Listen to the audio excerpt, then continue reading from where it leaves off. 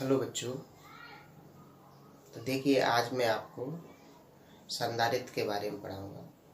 संधारित्र क्या होता है, किस प्रकार काम करता है, मतलब इसका क्या सिद्धांत होता है तथा कितने प्रकार का होता है।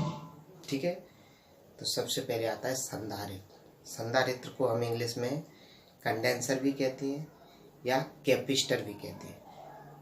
ठीक है, संधारित्र यानी कंडेंसर या कैपिस्टर। ओके, चलिए, संधारित्र वही जो पंखे में, कूलर वगैरह में लगता है, सेल टाइप का होता है ना, उसी को संधारित्र कहते हैं। तो देखिए, सबसे पहले इसकी डेफिनेशन। संधारित्र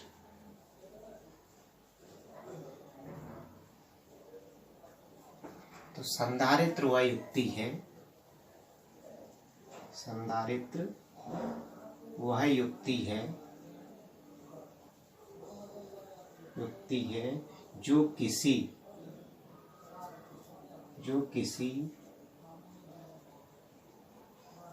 चालक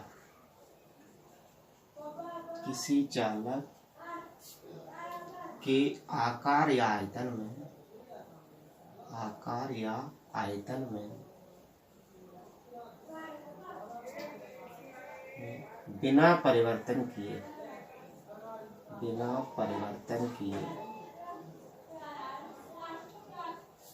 किए उसकी धारिता को बढ़ा देती है। संधारित्र वह युक्ति है जो किसी चालक के आकार या आयतन में बिना परिवर्तन किए उसकी धारिता को बढ़ा देती है। मतलब जब किसी चालक इंस्ट्रूमेंट मतलब कोई डिवाइस, इलेक्ट्रॉनिक डिवाइस, उसके साथ में कंडेंसर लगा देते हैं या संधारित्र लगा देते हैं, तो जब ये क्या करता है, उसकी आवेश ग्रहण करने की क्षमता को बढ़ा देता है। ओके, चलिए, अब आता है इसका सिद्धांत। संधारित्र का सिद्धांत, ये किस प्रकार से काम करता है। तो मान लीजिएगा कि ये संधारित्र की एक प्लेट है और दूसरी एक प्लेट संधारित्र की। ये संधारित्र की दो प्लेटें होंगी जिनको मैं नाम दे रहा हूं, प्लेट ए और प्लेट बी। ठीक है, जब एक प्लेट को यहां से आवेश दिया जाता है, एक प्लेट को जब चार्ज किया जाता है, तो इस आवेश के कारण ये प्लेट क्या हो जाती है, चार्ज हो जाती है, आवेशित हो जाती है। इसको प्लस आवेश दिया है, तो ये प्लस आवेश के कारण ये प्लेट इसकी आवेशित हो गई। ठीक है, जिससे प्रेरण के कारण प्लेट बी की आंतरिक सतह पर -Q आवेश उत्पन्न हो जाता है तथा बाहरी सतह पर +Q आवेश उत्पन्न हो जाता है। ठीक है, इसमें A और B धातु की दो प्लेटें होती है। एक प्लेट को आवेशित किया जाता है, जिससे प्रेरण के कारण दूसरी प्लेट की आंतरिक सतह पर -Q और बाहरी सतह पर +Q आवेश प्रेरित हो जाता है। ठीक है, लेकिन प्लेट बी का संबंध जब पृथ्वी से कर देते हैं, प्लेट बी का संबंध पृथ्वी से कर देते हैं, तो बाहर वाली सतह का प्लस आवेश, पूरे संधारित्र की बाहर वाली सतह पर जो प्लस आवेश है वो क्या हो जाता है, पृथ्वी में चला जाता है। एक्चुअल में आवेश पृथ्वी में नहीं जाता है, बल्कि पृथ्वी से इलेक्ट्रॉन निकलकर धन आवेश को क्या देते हैं, उदासीन कर देते हैं। अब जो आवेश पृथ्वी में चला गया तो इस पर आवेश की मात्रा कम हो गई। जब आवेश कम हो जाता है तो उसका विभव कम हो जाता है, और जब विभव कम हो जाता है तो उसकी धारिता बढ़ जाती है। ठीक है, तो यही इसका सिद्धांत है। चित्र आप ऐसे समझ सकते हैं। ठीक है, दोबारा से बोल रहा हूं मैं। इसमें दो धातु की प्लेटें होती हैं। एक प्लेट को आवेशित किया जाता है, यह आवेश प्लेट ए की दोनों सतहों पर फैल जाता है, जिससे प्रेरण के कारण प्लेट बी की आंतरिक सतह पर माइनस और बाहरी सतह पर प्लस क्यू आवेश प्रेरित हो जाता है। लेकिन प्लेट बी का संबंध पृथ्वी से होने के कारण बाहरी सतह का प्लस क्यू आवेश पृथ्वी में चला जाता है, जिससे उसका विभव कम हो जाता है, फलस्वरूप उसकी विद्युत धारिता बढ़ जाती है। ठीक है, तो यही संधारित्र का सिद्धांत है। ओके, आप चाहो तो इसको नोट कर सकते हैं। ओके, चलिए अब मैं आगे बढ़ता हूं। संधारित्र के प्रकार। ठीक है, संधारित्र के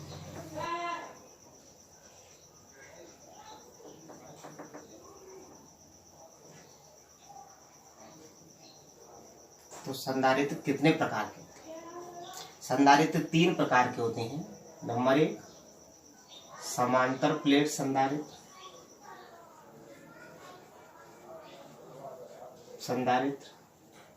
नंबर 2 गोलीय संधारित्र, और नंबर 3 बेलनाकार संधारित्र, ठीक है। तो ये अपने आप में 3 क्वेश्चन बनते हैं। ये तीनों क्वेश्चन बहुत इंपॉर्टेंट है एग्जाम की दृष्टि से, तो तीनों का हम अलग अलग अध्ययन करें। ठीक है, तो संधारित्र कितने प्रकार के होते हैं? 3 प्रकार के होते हैं।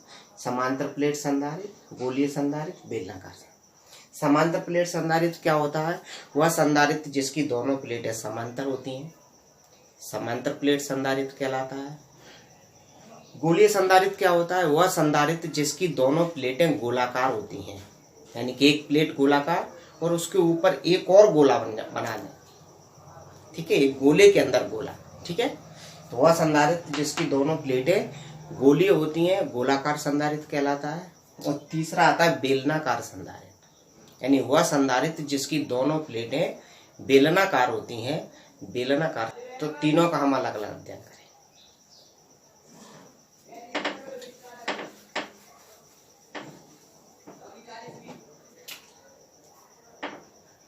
पहला है समांतर प्लेट संधारित्र,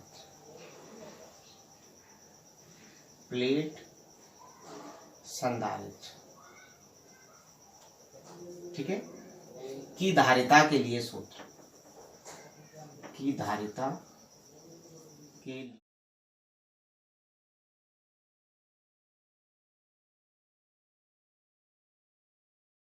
पहला क्वेश्चन क्या है हमारा? समांतर प्लेट संधारित्र की धारिता के लिए सूत्र। ओके, तो सबसे पहले तो इसकी डेफिनेशन ही लिखेंगे। समांतर प्लेट संधारित्र, ये क्या हो जाएगा? वह संधारित्र जिसकी दोनों प्लेटें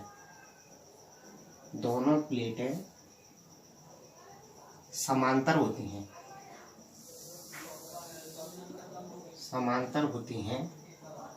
समांतर प्लेट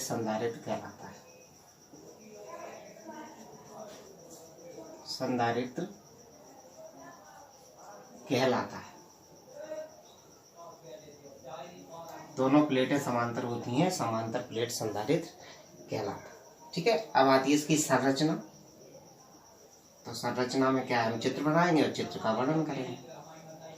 तो चित्र बहुत ही सिंपल सा है, वैसे ये जो मैंने अभी बनाया था समझ लीजिएगा थोड़ा सा। एक प्लेट है ए,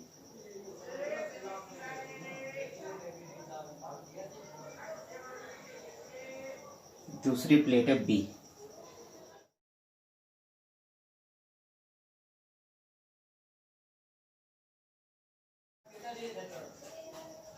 ठीक है, ये दोनों प्लेटें आयताकार भी हो सकती हैं, जैसे एक आयत जे और एक आयत जे। प्लेटें आयताकार भी हो सकती हैं और दोनों प्लेटें वृत्ताकार भी हो सकती हैं, जैसे एक वृत्त और ये दूसरा वृत्त। ये दोनों वृत्ताकार प्लेट भी हो सकती है और दोनों एक दूसरे के समान। एक वृत्त जे, दूसरा वृत्त जे, तो ये दोनों वृत्ताकार प्लेटें भी हो सकती हैं। मैंने यहाँ पर आयताकार लिए। तो माना ये ए और बी धातु की दो प्लेटें हैं, प्रत्येक प्लेट का जो क्षेत्रफल है, दोनों प्लेटों के बीच की दूरी स्मॉल डी है, और दोनों प्लेटों के मध्य में जो माध्यम भरा हुआ है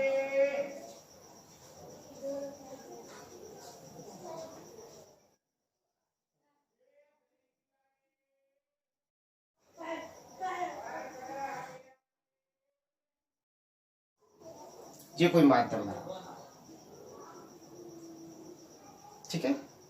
एक प्लेट को यहां से क्या कर रहे हैं, आवेश दे रहे हैं, ये प्लस क्यू आवेश दिया, या आवेश प्लेट ए की दोनों सतहों पर फैल जाएगा।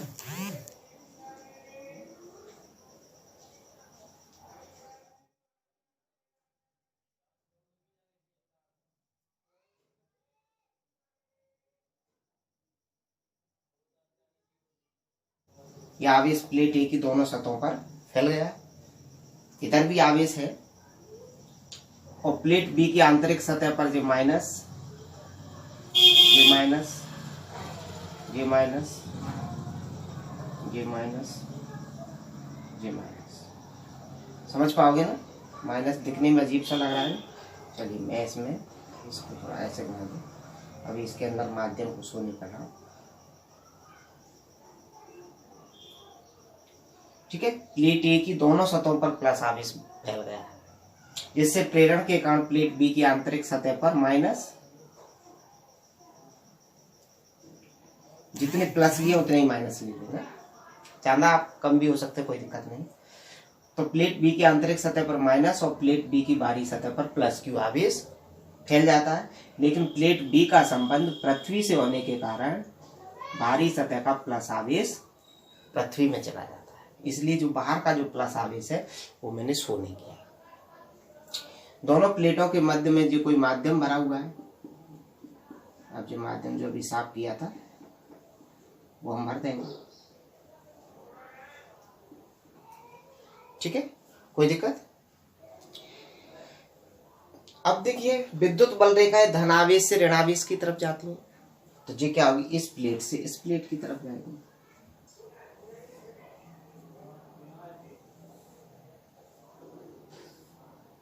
इस टाइप से जाएंगे। लेकिन आपने एक चीज और पढ़ा है कि विद्युत बल रेखा एक दूसरे को लंबाई के लंबवत प्रतिकर्षित करते हैं। तो देखिए ये विद्युत बल रेखा इसको प्रतिकर्षित कर रही होगी ऊपर की तरफ, और नीचे वाली को प्रतिकर्षित कर रही होगी नीचे की तरफ। तो सपोज कीजिए ये विद्युत बल रेखा इस पर क्या है, नीचे की तरफ बल लगा रही है, लेकिन इस विद्युत बल रेखा पर यह विद्युत बल रेखा भी नीचे की तरफ बल लगा रही है, इसलिए यह विद्युत बल रेखा विक्षेपित नहीं हो रही है, बिल्कुल सीधी जा रही है। लेकिन जो सबसे लास्ट में होंगी विद्युत बल रेखा जे और जे, मान लीजिए एक विद्युत बल रेखा जे है, तो इस विद्युत बल रेखा पर यह विद्युत बल रेखा प्रतिकर्षण बल लगा रही होगी, तो जिसके कारण जो नीचे वाली विद्युत बल रेखा है वो क्या हो जाएगी, थोड़ी सी तिरछी हो जाएगी। तिरछी इसलिए होगी क्योंकि इसको इधर से कोई बल नहीं मिल रहा है, यदि इधर से बल मिल जाता थोड़ा सा तो वो बैलेंस हो जाती। तो ये जो लास्ट की है सबसे, इनको थोड़ा सा तिरछा बना ऐसे की, समझ गए ना। चलिए ऐसा क्या है, एक विद्युत बल रेखा दूसरी विद्युत बल रेखा पर प्रतिकर्षण बल लगा रही है, जिसके कारण ये वक्राकार हो गई है। चलिए दूसरी चीज, मैंने आपको गॉस प्रमेय का एक अनुप्रयोग पढ़ाया था कि दो अनंत समतल चादरों के कारण विद्युत क्षेत्र की तीव्रता, दो अनंत समतल चादरों के कारण विद्युत क्षेत्र की तीव्रता, जिसके कारण क्षेत्र 3 भागों में डिवाइड हुआ था, वही पोजीशन यहाँ पर रही है। देखिए दो अनंत समतल चादरें मान लीजिए, तो एक क्षेत्र जे हो गया, एक जे हो गया और एक जे हो गया।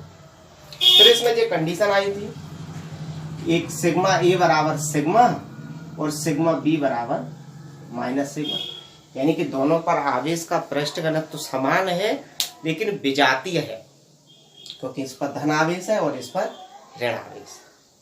आवेश का मान तो समान है लेकिन प्रकृति दोनों पर अलग अलग है। तो जब ये कंडीशन आई थी तो इस कंडीशन में क्षेत्र फर्स्ट में विद्युत क्षेत्र की तीव्रता 0 आई थी, क्षेत्र थर्ड में भी विद्युत क्षेत्र की तीव्रता 0 आई थी, और क्षेत्र सेकंड में सिग्मा बटे एप्सिलॉन 0 आई थी। ठीक है, कोई दिक्कत इसमें? चलिए, तो ये वाली कंडीशन आप इसको समझ सकते हैं। ठीक, तो आपको ये चित्र बनाना है।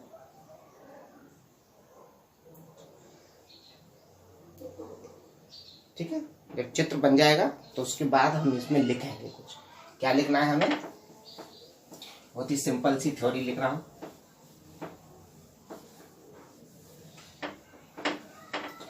क्या लिखेंगे कि इसमें धातु की दो आयताकार या वृत्ताकार प्लेटें होती हैं जो एक दूसरे के समांतर रखी होती हैं।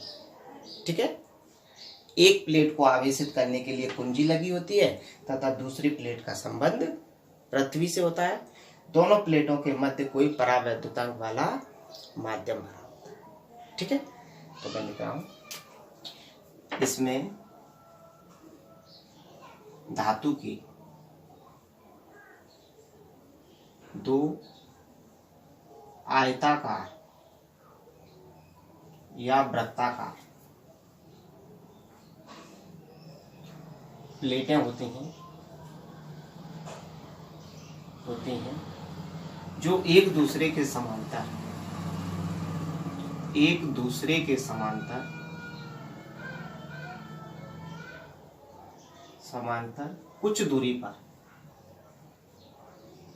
कुछ दूरी पर रखी होती हैं।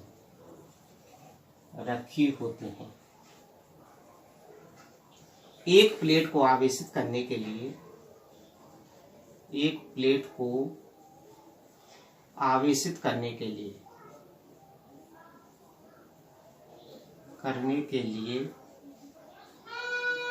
कुंजी लगी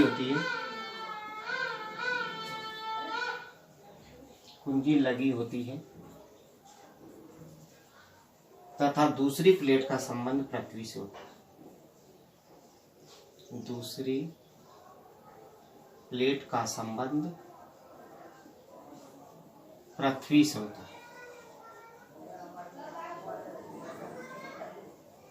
ठीक है, दोनों प्लेटों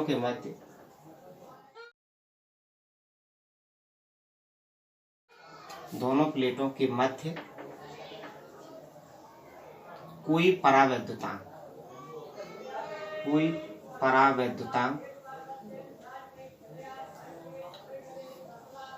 ब्रैकेट में लिख लेना, जैसे मोम हो सकता है। ठीक है, इसके बाद कागज भी हो सकता है, कागज कोमा अभ्रक हो सकता है, परावैद्युतांक वाला माध्यम।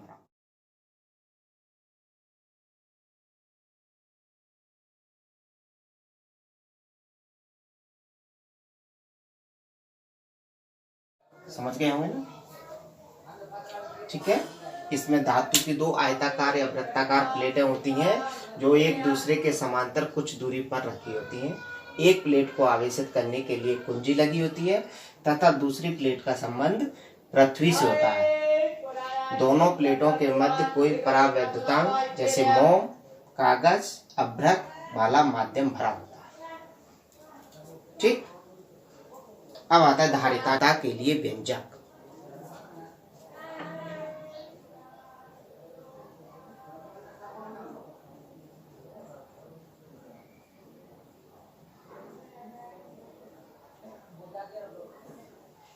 ठीक है, तो क्या लिखेंगे कि माना ए और बी दो धातु की प्लेटें हैं। प्रत्येक प्लेट का क्षेत्रफल कैपिटल ए तथा दोनों प्लेटों के बीच की दूरी स्मॉल डी। ठीक है, दोनों प्लेटों के मध्य कैपिटल के परावैद्युतांक वाला माध्यम भरा। तो देखिए,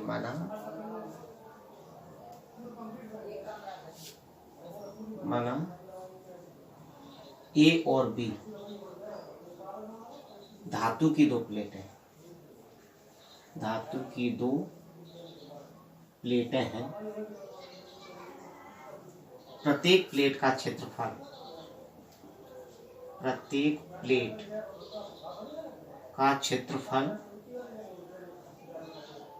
कैपिटल ए तथा दोनों प्लेटों के बीच की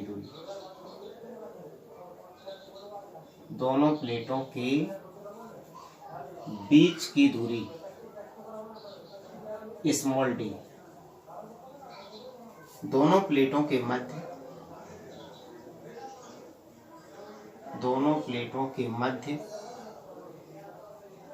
कैपिटल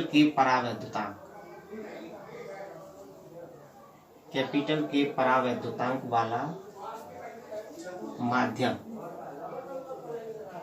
भरा।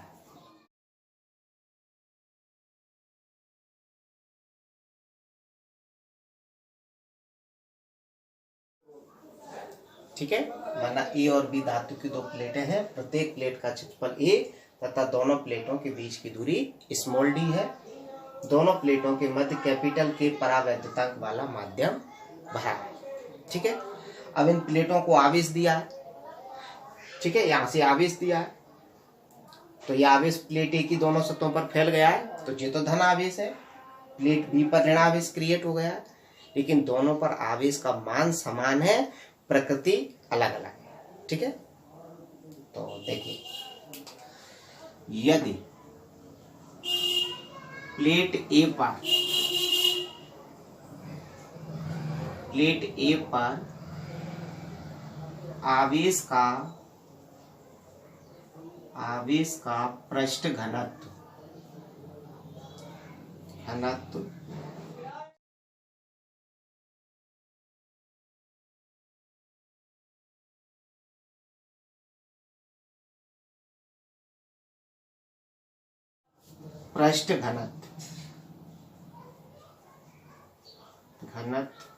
माइनस सिग्मा होगा। ठीक है, इसलिए दोनों प्लेटों के मध्य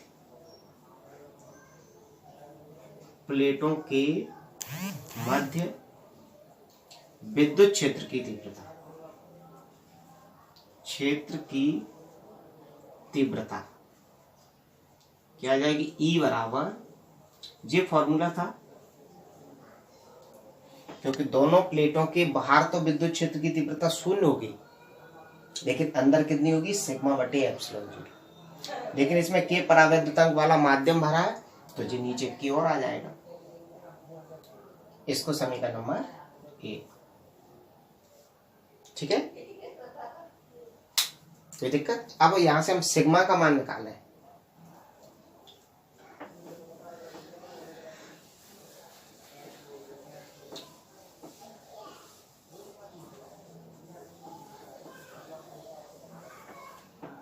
लिखेंगे यदि प्लेट ए पर आवेश कैपिटल Q हो तो Q बराबर, Q लिख ले रहा हूं, Q हो तो Q बराबर, देखिए जिस सिग्मा क्या होता था, प्लेट के एकांक वर्ग मीटर पर आवेश की मात्रा होती थी। जब हमने उसका अनुप्रयोग पढ़ाया था तो मैंने आपको बताया था कि माना धातु की एक अनंत समतल चादर है जिस पर एक समान आवेश घनत्व सिग्मा कूलम प्रति वर्ग मीटर है, यानी कि प्लेट के प्रत्येक वर्ग मीटर पर सिग्मा आवेश होता था। ठीक है, तो सिग्मा क्या है, एकांक वर्ग मीटर पर आवेश की मात्रा है। ठीक है, तो एकांक वर्ग मीटर पर आवेश सिग्मा है, तो ए वर्ग मीटर पर कितना हो जाएगा, ए सिग्मा। तो Q बराबर क्या हो जाएगा, ए सिग्मा। यहां से मैं सिग्मा का मान निकाल दूं तो सिग्मा बराबर आ जाएगा Q बटे ए। इस सिग्मा की वैल्यू यहां कर दो, सिग्मा का मान समीकरण 1 में रखने पर, तो 1 में रखेंगे तो आ जाएगा E बराबर Q बटे के एप्सिलॉन 0 ए। इस सिग्मा की जगह लिखते Q बटे, ये समीकरण नंबर 2। ठीक, अब क्या करें, हम दोनों प्लेटों के बीच विभव निकालें, क्योंकि दोनों पर आवेश की मात्रा अलग है, तो दोनों के विभव भी अलग होंगे, मतलब दोनों के बीच का विभवांतर निकालें, ये प्लस की। ठीक है, यहाँ तक समीकरण 2 आपको याद रहेगा। मैं आगे बढ़ता,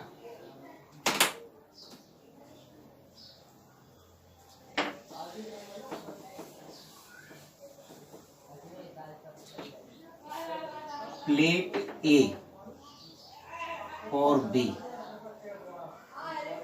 के बीच विभवांतर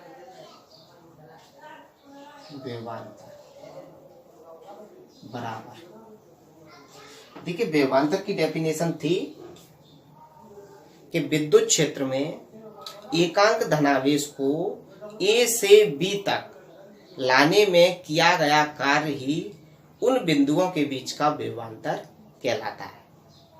तो जो विद्युत क्षेत्र में एकांक आवेश को यदि एक बिंदु से दूसरे बिंदु तक ले जाए और ले जाने में जो कार्य किया जाएगा वह कार्य ही विभवांतर के बराबर होगा। ठीक है, तो मैं इसकी डेफिनेशन लिख दे रहा हूं।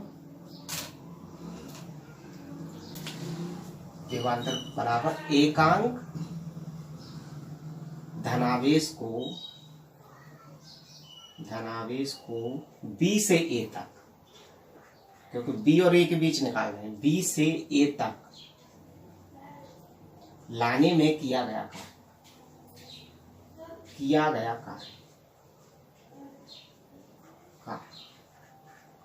ये विभवांतर की डेफिनेशन। ठीक है, मैं विभवांतर को भी मान लूं तो भी बराबर क्या आ जाएगा, किया गया कार्य बराबर बल इंटू विस्थापन होता है।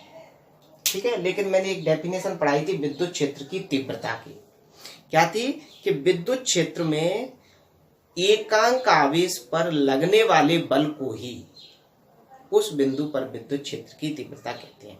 यानी कि विद्युत क्षेत्र के अंदर एकांक आवेश पर जितना बल लगता है वो बल ही तीव्रता के बराबर होता है।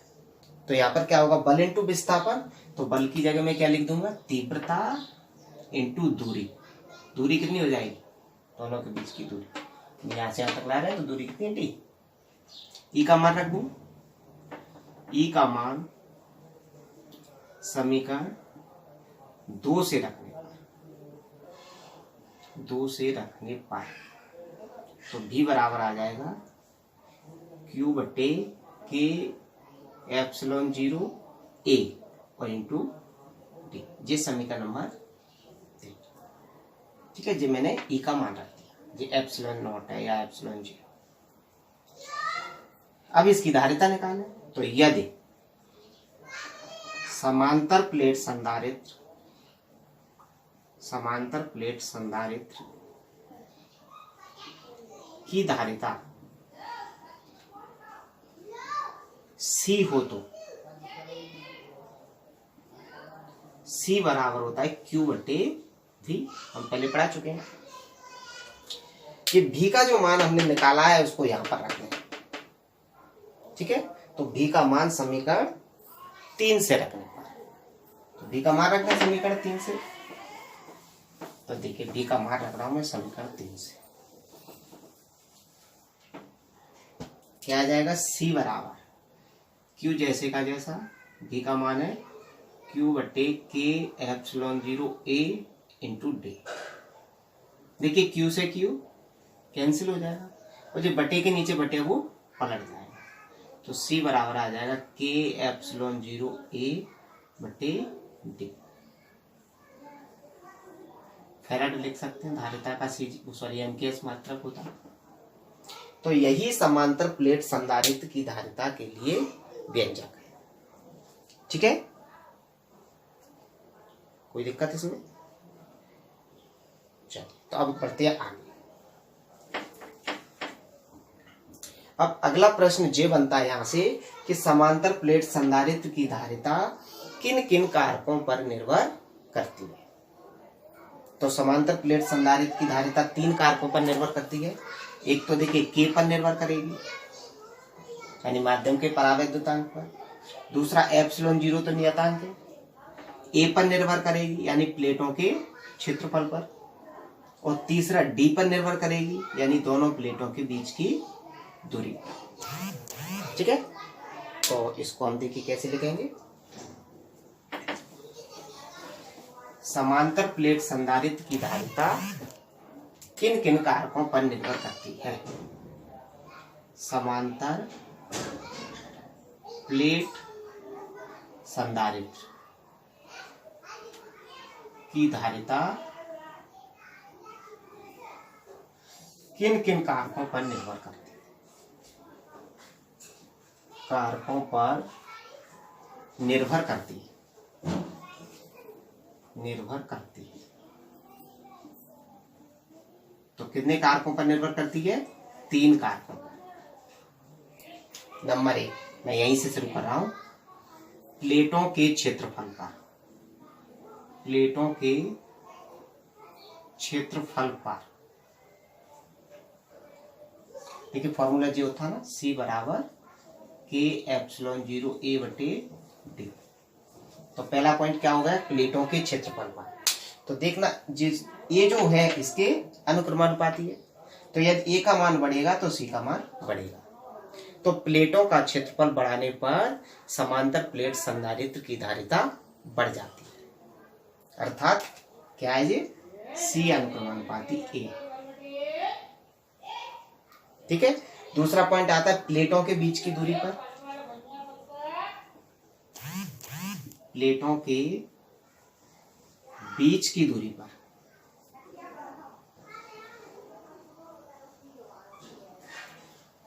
तो देखिए प्लेटों के बीच की दूरी है D, प्लेटों के बीच की दूरी बढ़ा देंगे मतलब D का मान बढ़ा देंगे तो C का मान कम हो जाएगा, क्योंकि C और D एक दूसरे के व्युत्क्रमानुपाती है। तो प्लेटों के बीच की दूरी बढ़ाने पर समांतर प्लेट संधारित्र की धारिता घट जाती है, अर्थात क्या है जी? C व्युत्क्रमानुपाती 1/D। ठीक है। तीसरा पॉइंट क्या है? माध्यम का परावैद्युतांक। तो माध्यम के परावैद्युतांक पर, परावैद्युतांक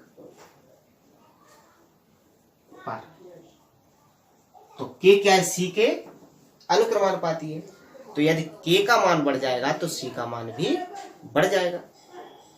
ठीक है। तो इसमें हम क्या लिख सकते हैं कि अधिक परावैद्युतांक वाला माध्यम रखने पर समांतर प्लेट संधारित्र की धारिता बढ़ जाती है, या ऐसे भी बोल सकते हैं कि प्लेटों के मध्य अधिक परावैद्युतांक वाला माध्यम रखने से समांतर प्लेट संधारित्र की धारिता बढ़ जाती है। क्लियर? तो जी आप कंप्लीट कर सकते हैं। ठीक है। यदि आपको समझ में आया है जी तो चैनल को लाइक करें, बाकी बच्चों के लिए इसको शेयर करें और सब्सक्राइब करें। ठीक है। क्योंकि कोविड में स्कूल में क्लास लेना संभव नहीं है, इसलिए इसका उपयोग करके बच्चों को लाभान्वित करने के लिए इसका उपयोग कर रहे हैं। ऑनलाइन प्लेटफॉर्म का हम लोग यूज कर रहे हैं। ठीक है। Thank you.